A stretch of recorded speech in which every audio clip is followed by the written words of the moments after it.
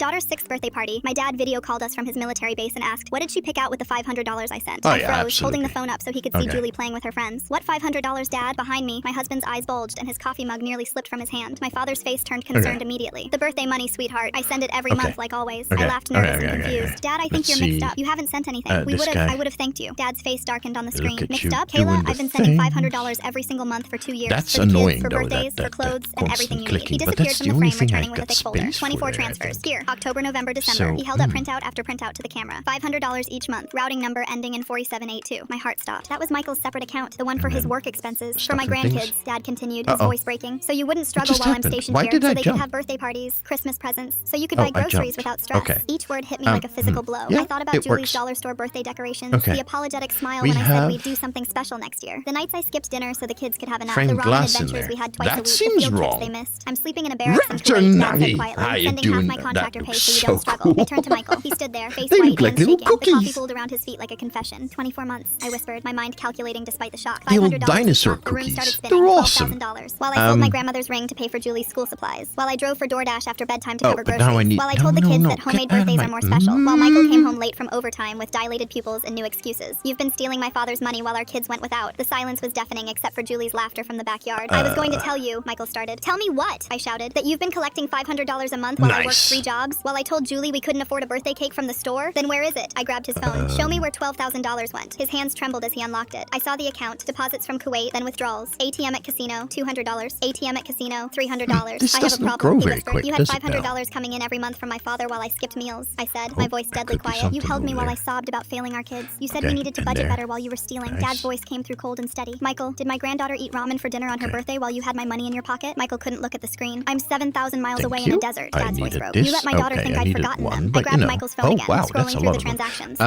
casino withdrawals, I said. My What do voice I need shaking. this July for again? 15th, Oh, that yeah. was Julie's first soccer game. August 3rd, her first dance recital. You weren't stuck in traffic. You weren't at work. You were gambling while So, I sat alone at our child's biggest moments, making excuses for depend- why Daddy couldn't make it. He looked at the floor with embarrassment. Then the Christmas memory hit me like a sledgehammer. Last year, I told the kids Santa was having a tough year. Please. Julie cried. She thought she'd been bad. My voice cracked. She 700 came home after stacks. seeing all the other Let's kids' do presents and asked what she did 700 wrong. She made a stacks. list of ways to be Why better so not? Santa would love her next time. The rage was consuming me. You had $500 in December, another $500 in November, $1,000 while I wrapped dollar store okay. toys in So, newspaper. While our perfect you're daughter spent a year at, trying to be better because you made her believe at she wasn't that. good enough for Christmas. Julie ran inside, her handmade paper crown sliding. And then, Mommy, can we have cake now? I looked at her sweet face, then at the homemade cake I when decorated you at 2 are a.m. after my below DoorDash shift. Yes, baby, go get your friends. When she left, half-ish, I turned back. then $500 a you month for start 2 again. years, while your daughter Okay. wore shoes with holes, And while then your son couldn't play soccer, while I yoink? skipped lunch No? every day to save $5. Dad's voice cut Yoink? through like a blade. I'm on the next flight home. Emergency family And leave. I've- 24 months of wire Where fraud, is the Michael. Michael's antenna? face Oh, went there. gray. Jim, please, pack the No. kids' things tonight, Dad think said to me, it's gentler now. here. You're done struggling alone. I'll be there in 18 hours. I looked at Julie's let's birthday go crown have on the a counter, look-see. made from paper plates and aluminum foil. She never knew her grandfather had sent money for a real one. You didn't just Okay. steal money, I said quietly. You stole their relationship that with him. should work Julie then. thinks her grandpa doesn't Okay. care. You stole that from her. Oh, Dad dear. was putting on his uniform jacket. Behind him, Mom was on another phone. Okay. I heard forensic accountant. Okay. 18 hours. Okay. Dad Okay, repeated. okay, And Michael, okay, you better okay, not be okay. there when I arrive. This He is hung up awesome. the phone. And when I turned to Michael, he was looking at me with something that said he was willing to do anything but leave peacefully. My fingers gripped the counter Now we edge just so need to hard get, my knuckles went white as Michael took a step toward me, his jaw clenched and fists tight at his sides. The birthday guest was still laughing in the backyard while my you husband know, stood there what looking would like he might we- actually hurt me for the first time in our marriage. I slipped my phone under the counter and typed a quick message to Dad without looking What do I down. Just need? 3 words that said everything. Julie burst through the back door asking for juice boxes, and I forced my face into a smile that felt like breaking what is glass. the thing Michael stepped called back again? into the corner while I grabbed This the drinks thing. from the fridge and handed them to her with shaking Thresholds. hands. No? She skipped back Yeah. outside, completely unaware that her whole world was about to change forever. My thumb found my neighbor's number, and I sent her a text asking if she was home, just in case I needed to get the kids out fast. She replied within seconds that her door was open if we And needed then anything, and I some felt slightly less links. alone. Michael Redstone watched me with those links. calculating eyes that told me he knew exactly what I was doing. Parents started arriving to pick up their kids, and I walked each one to the door with forced cheerfulness Yeah. while Michael stayed in the kitchen. The last mom finally collected her son, Then and I we locked the door can behind them with deliberate slowness, knowing what was tell coming it next. when it Michael needs started to talking let go. immediately about how I didn't understand, and he was going to More pay it back, but I held up wheat. my hand to stop And him. when I pulled it out my needs to phone and hit the hold record the button, wheat. setting it on the counter between us where the red light blinked like a warning. He started pacing the kitchen, going back and forth between blaming his work stress and promising he'd there's get wheat help in tomorrow here. if I just gave him another chance. I Why let him is there talk while wheat the in phone here? recorded every excuse and justification that came out of his mouth. When he finally admitted to taking the money but insisted it was just I'm borrowing, I felt sure my I had a stomach turn good but kept my reason face for completely this. neutral. The kids came inside asking about dinner, and I told them we were having a special sleepover in Mom's room tonight, making it sound like an adventure. They got excited about the camping in my And if bedroom, I and I helped them remember- gather their stuffed animals and blankets while Michael watched from the doorway. Once they were settled with a movie on my laptop, I locked my bedroom door and heard Michael's footsteps in the hallway. I was He knocked probably gonna once, hard put enough that to in rattle there. the frame, but stopped when I reminded him you the know, kids were listening and didn't need wait, to hear hold this. on, I hold called the on. I do non-emergency need a police wheat. line from the bathroom with the water running to muffle my voice. The operator listened while I explained the situation and This gave is me a the report number, bottom. saying an officer officer could do a drive-by if I felt unsafe. Her calm voice helped steady my nerves, even though my hands wouldn't stop shaking as I wrote down the case number. My phone buzzed with a text from Dad showing his flight details, and that he'd land at 2 p.m. tomorrow with a rental car already reserved. Mom messaged separately that she'd found a forensic accountant who specialized in financial abuse cases and could start documenting everything immediately. Knowing they were both mobilizing from different directions made me feel less trapped in this nightmare. I barely slept that night, getting up every hour to check the door locks and peek at the kids sleeping peacefully in my bed. Around 3 a.m., I heard Michael moving around in the garage, and I grabbed my phone to document the time and what I was hearing. The garage door opened and closed twice, then his truck started and sat idling for 20 minutes before he finally came back inside. I typed everything into my phone notes, creating a timeline of his movements that might matter later for evidence. By sunrise, I'd written out a detailed timeline of the last 2 years, every late night, every missed event, every excuse about overtime. The kids woke up at their usual time, and I got them ready for school like nothing had changed, keeping their routine normal. Julie asked why we had a sleepover, and I told her it was just for fun, while I braided her hair with trembling fingers. I packed their lunches and checked their backpacks while Michael's snoring drifted from the living room couch. When I walked past to get the kids' shoes, I saw him sprawled there surrounded by empty beer bottles and cigarette butts. The timing of this video call seems oddly perfect, doesn't it? 2 whole years of monthly payments, and it just happens to come up during the birthday party when Michael's right there with his coffee. I took photos from 3 different angles, making sure to capture the mess around him while he claimed he wanted to fix things. The morning sun lit up the evidence of his priorities perfectly. This man who stole from his own children while drowning his guilt in alcohol. Julie asked if Daddy was sick, and I told her he was just tired while I helped her with her jacket. My son grabbed his backpack without asking any questions, but I saw him looking at his father with confused eyes. We walked out to wait for the school bus, and I held their hands tighter than usual, wondering how I'd protect them from all of this. The bus pulled up, and I watched them climb the steps before driving straight to the bank. My hands shook as I filled out the paperwork for my own checking account. The banker helped me switch my work direct deposit and showed me how to transfer exactly half from our joint account. I took screenshots of the balance before touching anything and left Michael's half untouched. Back at home, his car was still in the driveway, and I could hear him snoring upstairs. I grabbed our important papers from the filing cabinet in the hallway closet. Birth certificates went into a manila folder, along with social security cards and insurance documents. His desk drawer was unlocked, and I found his separate account statements stuffed behind old tax returns. The casino withdrawals went back 3 years, not just 2. Page after page showed the same pattern with amounts getting bigger over time. I photographed every single statement with my phone, then locked everything in my car trunk. My phone started buzzing with fraud alerts while I was still in the driveway. Michael was at an ATM downtown draining our joint checking account. I called the bank immediately, but he'd already taken $400. The woman on the phone helped me freeze the account, but the damage was done. I took screenshots of every alert and added them to my growing folder of evidence. At the school pickup, I went straight to the main office and explained there was a family emergency. The secretary made notes in their computer system that only I could pick up the kids. Julie's teacher caught me in the hallway and mentioned Julie seemed worried today. She kept asking if everything was okay at home during story time. I told her we were dealing with some changes, but the kids were safe. Back in my car, I typed out an email to the principal explaining the custody situation. I asked her to document any attempts by Michael to take the kids from the school. Her response came within minutes, saying they would follow protocol and only release them to me. Another safety net clicked into place while I waited for the kids to come out. Michael's text started coming fast while I was making dinner. First, he was sorry and begging me to talk. Then he got angry, saying I was overreacting about some mistakes. Within an hour, he was threatening to take the kids if I didn't stop being dramatic. I screenshot every single message, especially the ones where he used the word take. His messages went from apologizing to blaming me to making threats all in 60 minutes. I called legal aid and got an appointment with Lucille Donnelly for the next morning. She listened to my whole story and immediately started filling out paperwork for an emergency protective order. She said the process would take a few days, but I was doing everything right. She'd seen this pattern before with the stealing and the gambling and the threats. I spent the rest of the afternoon writing out every detail I could remember. Every birthday he missed claiming overtime while he was really at the casino. Every night I went to bed hungry so the kids could eat while he had money in his pocket. Every field trip they couldn't go on because we couldn't afford the fee. My hand cramped from writing, but getting it all down on paper felt like letting poison out of my body. Lucille read through it and said it was powerful evidence for the custody case. Michael discovered I'd frozen the joint account around dinner time and sent a text calling me financially abusive. 20 minutes later, I got an alert that he'd taken a $2,000 cash advance on our credit card. The transaction showed it happened at the casino ATM just like always. I called to freeze that card too, but the money was already gone. That brought his theft total to $14,000 between my dad's money and now this. Dad called during the kids' bath time from his layover in Germany. His voice was tired, but focused as he asked for updates on everything. When he mentioned Julie's birthday party, his voice cracked a little bit. I could hear Mom in the background making lists of things to bring and people to call. They were both in full protection mode, ready to help us rebuild everything Michael had destroyed. The next morning dragged like every minute was an hour, until finally at 2:15 p.m. The doorbell rang and there was Dad standing in his dusty contractor gear with his duffel bag on the porch. My knees went weak and I grabbed the door frame while the kids screamed and ran past me into his arms. He dropped his bag and caught them both, lifting them up while looking over their heads at me with this fierce look that said nobody was going to hurt us again. Michael heard the commotion from the bedroom, and I saw him peek around the corner before slinking back when Dad's eyes found him. Dad set the kids down and told them to go play in the backyard for a bit. Then he walked straight to the kitchen table and started pulling papers from his bag. He spread out bank statements, wire transfer receipts, exactly. Oh, look at me being smart. Came out and sat down across from us. Dad's voice stayed low and controlled, but there was something dangerous underneath as he went through each payment one by one. And there goes my my beloved lava. While Julie wore shoes with holes. November 3rd, $500. While they ate ramen for dinner. December 1st, $500. While the kids thought Santa forgot them. Michael kept his eyes on the table and mumbled something about addiction being a disease, but Dad cut him off with a look that could have melted steel. Well, after going through all 26 transactions, Dad told Michael to pack a bag and leave, but Michael crossed his arms and said this was his house too. That's when Dad pulled out his phone and called the police, explaining we needed a civil standby for a domestic situation. 2 officers showed up within 20 minutes and calmly explained to Michael that while they couldn't force him out permanently tonight, they strongly suggested he pack some things and find somewhere else to stay to let everyone cool down. Michael grabbed a garbage garbage bag and started throwing clothes in it while muttering about his rights and how this was illegal. But the officers just stood there watching until he walked out the door. After they left, I couldn't sit still and definitely couldn't sleep. So I grabbed all the bank statements and started making a timeline on poster board with 2 columns. Yeah, On the left, I wrote every struggle we had, every missed opportunity, every time I had to tell the kids no. On the right, I wrote every casino withdrawal Michael made with Dad's money. Seeing Julie's missed field trip next to a $200